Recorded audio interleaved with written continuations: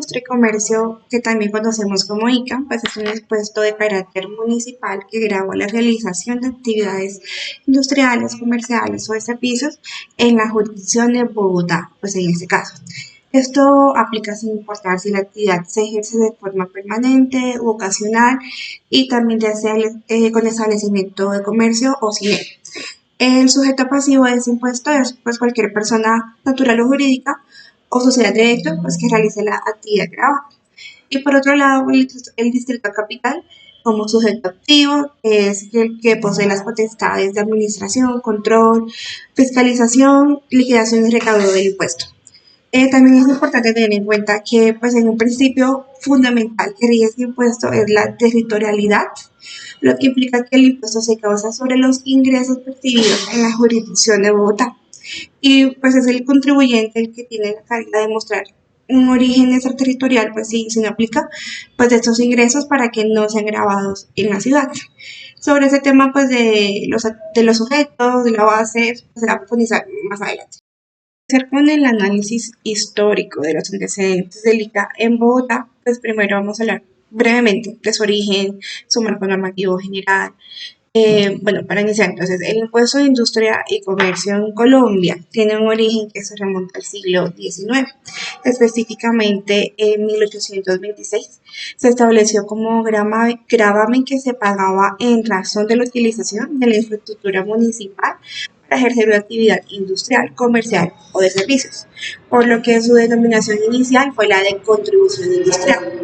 Posteriormente, la ley 97 de 1913 atribuyó al Consejo pues, de Bogotá la facultad de crear varios impuestos, entre ellos el impuesto de avisos y tableros, que es el que complementa al ICA, así también como los relativos pues, a los establecimientos industriales. Eso lo podemos encontrar en el artículo de esta ley que mencionaba, la del 1913. Bueno, esta autorización que se dio mediante esa ley se amplió pues también a todos los consejos municipales del país por medio de la ley 84 de 1915 y a partir de esas autorizaciones legales se crearon una multitud de impuestos con regulaciones dispares, pues se podrá decir, a lo largo pues, de todo el territorio nacional, lo cual pues se buscó remediar con la expedición de la Ley 14 del 83, que unificó los elementos estructurales del impuesto de industria y comercio, sentando las directrices para que los consejos municipales expidieran acuerdos, reglamentando la forma de recaudo, la base gravable y las tarifas. En 2016 se expidió la Ley 1819, que buscó dar mayor claridad y mejorar el cumplimiento de las obligaciones tributarias. Entre otras medidas, reguló aspectos sobre la territorialidad y creó el formulario único. Entonces, para recapitular, eso fue como el marco normativo general del impuesto de industria y comercio en Colombia. Entonces, ahora bien, a nivel de distrito, el impuesto de industria y comercio, pues ahorita en Bogotá, ha experimentado una evolución significativa en los últimos 15 años, transformándose de un instrumento de recaudo tradicional a una herramienta de política económica estratégica, pues eso también ya lo veremos, pues siendo el ICA un pilar fundamental en la estructura fiscal de Bogotá. Como es un tributo de carácter municipal, grabó la realización de actividades económicas, convirtiéndose en el principal motor de recaudo para el distrito de Bogotá. Un poco sobre las principales reformas del impuesto de industria y comercio en los últimos 15 años. Entonces, como primera era importante, estaba pues del 2010-2019, que estuvo caracterizada pues por la simplificación y la modernización. Porque bueno, durante esa década el distrito buscó modernizar su sistema tributario pues, con el objetivo de optimizar el recaudo, reducir la evasión y facilitar el cumplimiento de las obligaciones para los contribuyentes. Entonces, a nivel nacional, la ley 18-19 de 2016 fue como un hito, un evento importante que aclaró la base gravable del ICA, unificando los criterios con los ya aplicados en el Distrito Capital, lo que facilitó la gestión tributaria en general. Desde la administración distrital en este marco se enfocó en medidas que mejoran la eficiencia y la equidad del sistema. Bueno, la reforma más significativa de este periodo fue el Acuerdo 648 del 2016, porque, bueno, su principal cambio fue la modificación de la periodicidad de declaración de ICA, pasando pues de un sistema bimestral a uno anual para la mayoría de los contribuyentes. Eso comenzó a tener vigencia a partir del 1 de enero de 2017. Y pues el objetivo de esta medida era reducir la carga administrativa y simplificar el proceso para las empresas. Sin embargo, pues esta simplificación que buscaba no aplicó para todos. Esto aplica pues para los contribuyentes que tuvieran un impuesto a cargo superior a 391 VTs. En 2024 aproximadamente serían 18.4 billones. Y bueno, se mantuvieron obligados a declarar y pagar de manera bimestral pues las otras personas. De esta forma, se estableció una diferenciación clave que buscaba focalizar los esfuerzos de declaración en los mayores generadores pues, de ingresos. También en paralelo a esos esfuerzos de simplificación, le podemos decir, pues la Secretaría Digital de Bogotá, bueno, de Hacienda, fortaleció sus mecanismos de control fiscal y también pues ha incrementado la solicitud de información a los contribuyentes para realizar cruces de datos y reducir la evasión. Básicamente esto es lo que sería pues la exógena distrital, por ejemplo, pues la que se va a presentar este año sobre el periodo informal 2024. Tenemos la resolución DDI 012726 de 2024 que obliga a los contribuyentes a reportar de manera detallada una amplia gama de información. O sea, le agregaron como pues más cosas a informar, incluyendo pues ingresos no sujetos, exenciones, compras, ventas y deducciones, entre otros. Entonces, este enfoque muestra que si bien se busca la simplicidad de la declaración visible, también se está incrementando la complejidad de la fiscalización detrás, pues para asegurar el cumplimiento, ¿no? La obligación de reportar incluso compras en las que no se practicó retención, pues demuestran un control más detallado sobre las transacciones. El siguiente cambio normativo relevante entre 2020 y 2022 pues, se presentó en el contexto de la pandemia del COVID-19. Entonces, pues, la emergencia económica y sanitaria del 2020 generó pues, una necesidad urgente de respuestas fiscales ágiles para mitigar el impacto en las empresas y en la economía de la ciudad. Entonces, pues el Distrito de Bogotá recurrió al ICA como una herramienta directa para ofrecer alivios y al mismo tiempo asegurar recursos para la reactivación económica. Entonces, así surge el Acuerdo 780 de 2020, el cual introdujo un sistema de descuentos y recargos temporales, eso como una medida que buscaba responder de manera diferenciada a los efectos de la pandemia en distintos sectores económicos, porque pues no a todos se les pegó igual. Entonces, por un lado, se otorgaron descuentos tributarios para el año grabable 2021 a los contribuyentes que habían experimentado una disminución en sus ingresos grabables durante 2020 en comparación con 2019. El porcentaje de descuento es progresivo, oscilando entre el 5% para caídas de ingresos de hasta el 20 y el 25% para disminuciones superiores al 50%. Entonces, por otro lado, también el mismo acuerdo impuso un incremento temporal en las tarifas del ICA para aquellos contribuyentes cuyos ingresos habían aumentado durante la pandemia. Entonces, con recargos de hasta el 15%. Entonces, esa medida fue vista como un mecanismo para que los sectores que se vieron beneficiados por la coyuntura contribuyeran de manera excepcional a la reactivación de la ciudad. Bueno, además de las medidas de alivio y pues de carga para otros, el acuerdo 180 también incluyó la introducción gradual de tarifas para el sector financiero, de telecomunicaciones y para nuevos modelos de negocio como los servicios de domicilios a través de plataformas. El presente año, la Alcaldía Distrital radicó el proyecto de reforma tributaria mediante el acuerdo número 767. Entonces, la Administración Distrital lo que busca es, o bueno, está motivada más bien por la necesidad de atraer capital y modernizar su estructura fiscal. Aunque esta iniciativa fue retirada para profundizar el diálogo con los gremios, también con los sectores políticos. Bueno, su contenido sirve para que identifiquemos la dirección estratégica que la ciudad busca tomar en los próximos años. Entonces, la propuesta busca entre otros objetivos, establecer un marco tributario más simple y progresivo. También incentivar la inversión productiva y generar empleo. Entonces, la alcaldía confirmó que el proyecto se presentará nuevamente ante el Consejo de Bogotá ahorita el miércoles 10 de septiembre durante las sesiones extraordinarias. Así que pues por el momento no es un cambio como tal que pues ya esté firme, pero es un proyecto que vale la pena mencionar porque pues está vigente y sigue en desarrollo. Entonces, bueno, como veníamos diciendo, el análisis de la propuesta revela motivaciones clave. Primero, pues en materia de sostenibilidad y diversificación fiscal, ya que existe actualmente pues una dependencia excesiva del ICA, ya que pues se presentó casi la mitad de los ingresos tributarios para Bogotá en el 2024. Por ello, pues la reforma busca precisamente fortalecer el recaudo y diversificar las fuentes de ingreso para mejorar la sostenibilidad fiscal a largo plazo. Y como segundo punto, también busca bajar la formalización y competencia regional, ya que más del 60% de las unidades productivas en Bogotá operan en la informalidad.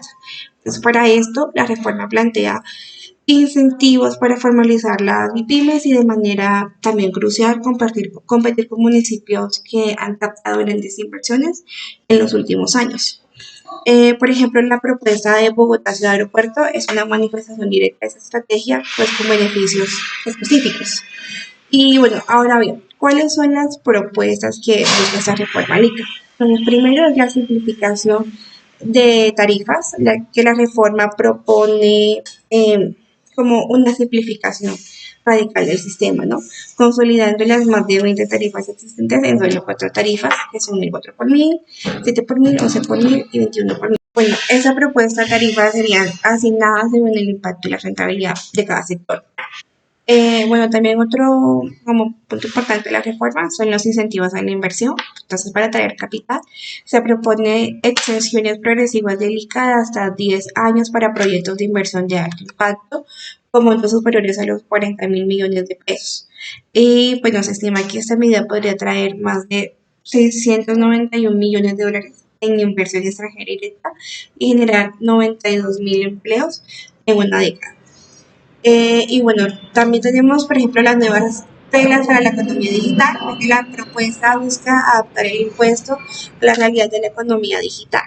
Se establecerían entonces nuevas reglas de territorialidad para grabar servicios como streaming y publicidad en plataformas, basando el impuesto en la ubicación del cliente final, porque pues tiene que ser.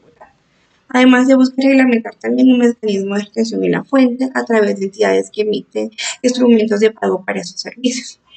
Y por último, el régimen simple y estatuto tributario se redefinirían las tarifas del componente de ICA para quienes se acojan al régimen simple de tributación y se facultaría al alcalde para compilar toda la normativa tributaria de un estatuto tributario único distrital. En esta primera parte, cabe resaltar, pues ya lo presentábamos hace un poquito antes, el ICA pues, es un pilar central en la estructuración fiscal de Bogotá. ¿Por qué? Porque constituye una de las principales fuentes de ingresos propios junto con el impuesto predial unificado. Entonces, pues tenemos como un porcentaje de pues, lo que más se recauda. Entonces, el ICA representó el 49% del total de los ingresos tributarios del distrito. Esta es una cifra que supera incluso la contribución del impuesto predial, que fue del 31.7%. Entonces, pues esa dinámica de recaudo es un reflejo directo pues, de la salud económica de la ciudad. Hay una notable dependencia del recaudo generado por la actividad económica local, lo cual pues subraya la importancia estratégica de cualquier reforma que se aplique sobre ese tributo. O sea, no es que es como sea malo, pero cualquier reforma que se haga es de poner cuidado porque igual es una gran fuente de ingresos para el distrito, ¿no? Entonces, pues el comportamiento del ICA es determinante para la capacidad del distrito de financiar sus gastos, inversiones y para la estabilidad de sus finanzas.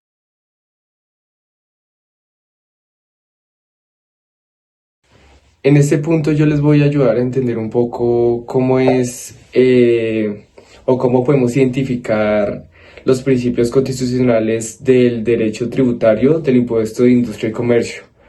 Como tal, uno de los principios que les voy a hablar es el de legalidad, como que es básico para el impuesto de industria y comercio. ya que como que no puede existir ningún tributo o norma que lo constituya en este caso, cual permite que el legislador, los elementos propios como del impuesto como la base gravable, las tarifas, el hecho generador, o que no haya como decisiones caprichosas de la administración. Entonces eso hace que como que haya autonomía fiscal y se encuentren también reflejadas como en el impuesto, ya que en calidad como del distrito capital, ellos como que tienen la facultad de gestionar, controlar y recaudar ese tributo dentro de su territorio.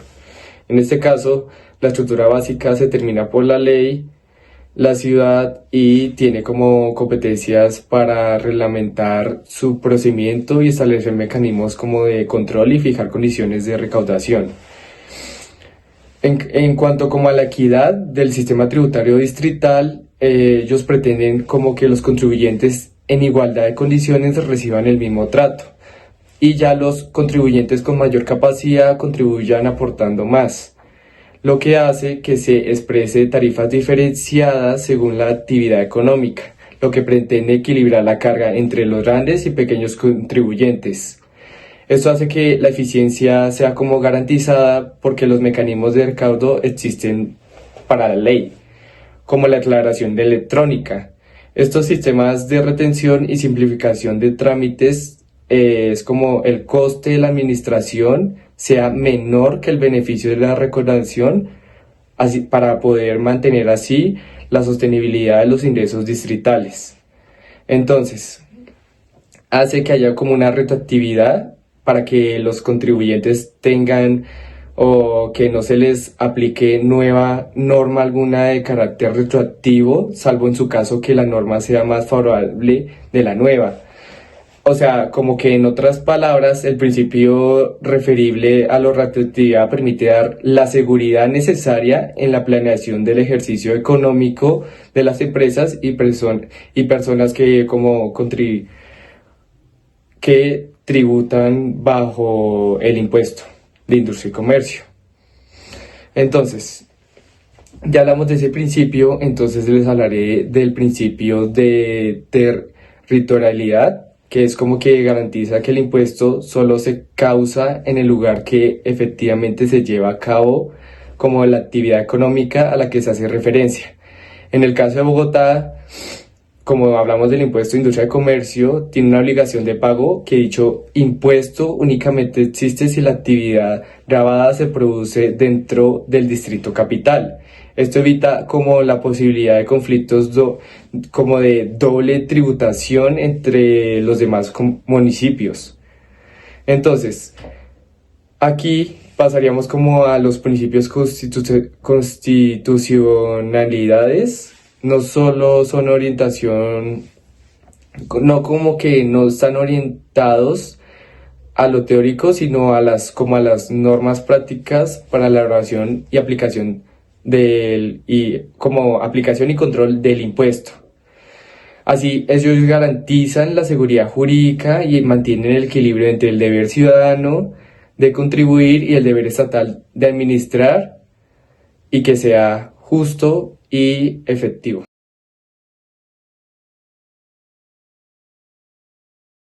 Que en el caso del ICA es el Distrito Capital de Bogotá, porque es la entidad a favor de la cual se establece el impuesto que se causa en su jurisdicción. Y en él radican las potestades tributarias de administración, control, fiscalización, liquidación, discusión, recaudo, devolución y cobro.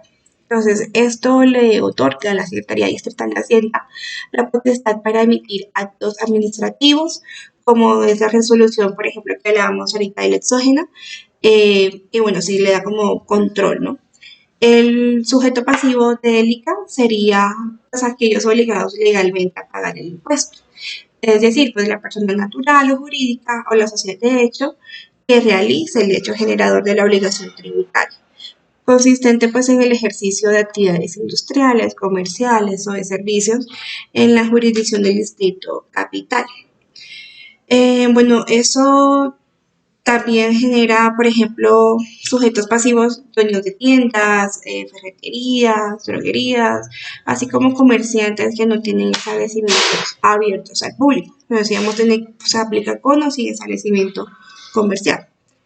Entonces, el hecho generador de ese impuesto, ¿cuál sería? Pues es la circunstancia que al ocurrir hace nacer la obligación de pagar el impuesto. Entonces, el impuesto del ICA se genera por el ejercicio o la realización directa o indirecta de cualquier actividad industrial, comercial o de servicios en jurisdicción del Distrito Capital de Bogotá, ya sea que se cumpla de forma permanente u ocasional en un inmueble determinado con establecimiento pues, de comercio sin ello, como estamos reiterando. Bueno, la base gravable, pues que como sabemos es el valor sobre el cual se aplica la tarifa, el impuesto para determinar el monto a pagar. Para el ICA, pues eso está compilado en el artículo 33 de la ley 14 del 83 y pues por medio luego del decreto ley 1333 de 1986. Entonces, pues eso establece que la base gravable del impuesto de industria y comercio está constituido por la totalidad de los ingresos ordinarios y extraordinarios percibidos en el respectivo año gravable. Eso pues incluye ingresos obtenidos por rendimientos financieros, comisiones, en general todos los que no estén expresamente excluidos en este artículo. Y bueno, también es importante tener en cuenta, no hacen parte de la base gravable los ingresos correspondientes pues a actividades exentas, obviamente, también las excluidas o no sujetas, así como las devoluciones, rebajas y descuentos. También exportaciones y la venta de activos fijos. Entonces, la base gravable interactúa directamente con el principio de territorialidad. El impuesto pues recae exclusivamente sobre los ingresos que tienen su origen en la jurisdicción de Bogotá y el contribuyente tiene la carga de demostrar el origen territorial pues sí aplica de los ingresos que no deben ser grabados en la ciudad. ¿Cómo lo hace? Pues a través de facturas de venta, soportes contables o recibos de pago del impuesto en otros municipios. En cuanto a las tarifas, bueno, también sabemos que es el porcentaje que se aplica a la base gravable para liquidar el impuesto. Entonces, las tarifas del ICA en Bogotá varían según el tipo de actividad económica, ya sea industrial, comercial o de servicios. Y la interacción entre la base gravable y la tarifa es fundamental, ya que el impuesto a pagar se calcula multiplicando la base gravable por la tarifa correspondiente a la actividad económica del contribuyente. Entonces, las tarifas pueden ser modificadas por acuerdos distritales con el fin de lograr objetivos específicos de política fiscal. Por ejemplo, con el acuerdo 180-2020 que ya mencionamos antes, o con la propuesta sí, de reforma de 2025, la cual busca pues simplificar el esquema tarifario, ¿no? Entonces, ya para concluir, vamos a aclarar pues cuáles son esas actividades económicas que están grabadas, que son pues tres grupos. El primero, pues, que la actividad industrial, esta es la producción, extracción, fabricación, manufactura, pues, etcétera, de pues, cualquier clase de materiales, bienes y en general cualquier proceso de transformación, por más elemental que este sea. La otra, pues, es el segundo grupo, actividad comercial, que es la destinada al expendio, compra-venta o distribución de bienes y mercancías, tanto al por mayor como al por menor, y también las demás actividades definidas como tales por el Código de Comercio, siempre y cuando no estén consideradas por la ley como actividades industriales o de servicios. Y pues el último grupo, que son las actividades de servicio, que son entregas, labores, trabajos ejecutados por persona natural o jurídica, sin que medie como tal una relación laboral con quien los contrata. Por ejemplo, tú contratas a un abogado, un contador, pues eso sería una actividad de servicio. Entonces, pues también es importante, tienen que generar contraprestación en dinero o en especie y que se concreten en la obligación sin importar que en ellos predomine el factor material o intelectual.